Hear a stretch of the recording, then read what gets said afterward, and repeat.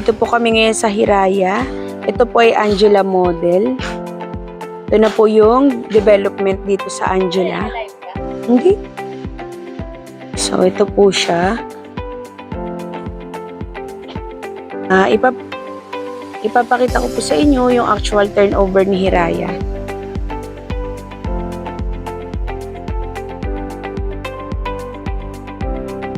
Development. Guys, ito po yung Angela. Hiraya Angela Model Unit.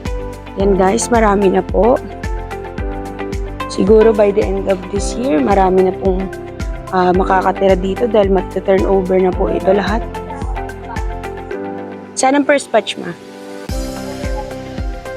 Okay. Ayan po, dun po sa unahan, nag-turnover na. Na-turnover na po ang first batch.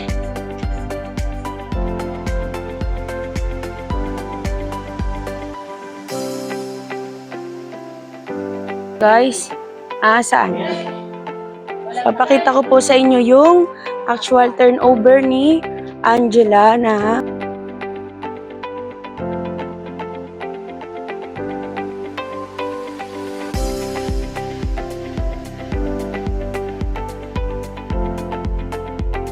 tayo ngayon sa Block 12, Lot 31.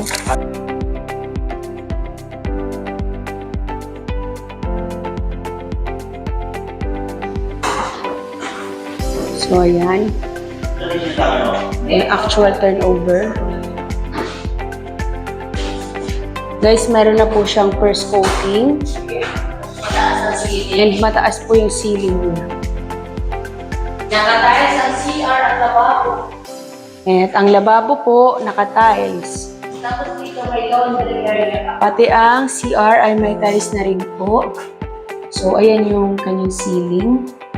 Guys.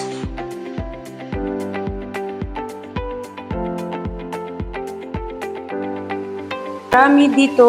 Ito na po naka-ready na rin yung mga outlet. Yan. So, papakita ko po sa inyo guys yung laundry area. Ito ang laundry area. Yan siya.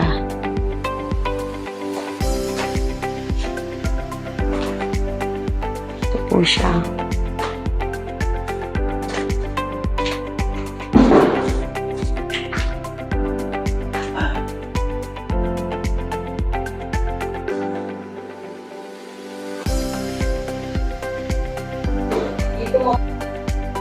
So guys, ito na yung development.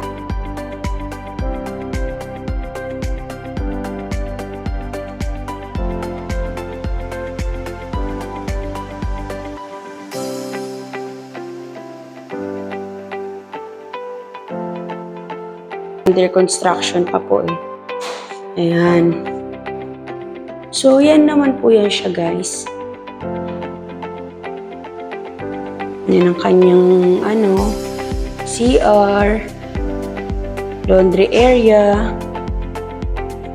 Yan guys. So wala po itong second floor si Angela kasi ito ay hindi po siya up and down.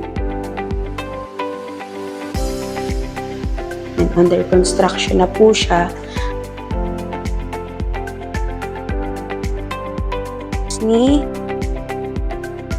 Arya. So, under construction din siya. Ito siya. Yan ka mo, meron tayo.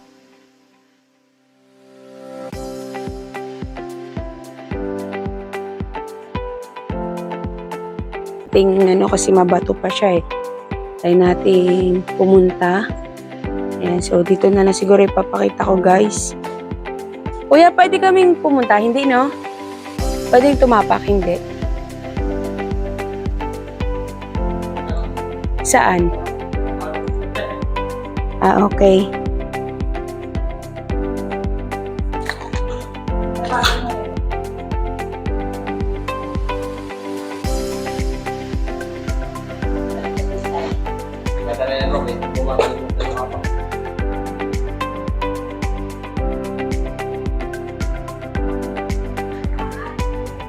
Nga, no? So, ayan guys. Ito siya. Yung